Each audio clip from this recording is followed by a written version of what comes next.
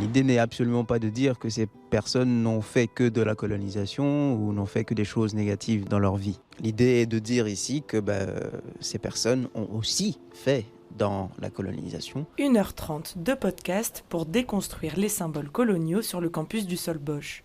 Cette plaine accueille de nombreux événements étudiants. Mais en 1958, ici, se trouvait le zoo humain de l'exposition universelle de Bruxelles.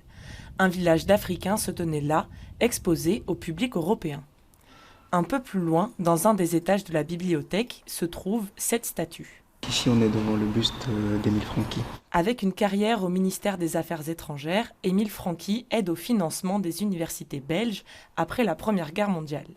Mais il est aussi propriétaire de nombreuses mines au Congo, d'où provient une partie de sa fortune. Au travers de bustes, de plaques et de lieux, c'est toute l'industrie coloniale qui est expliquée.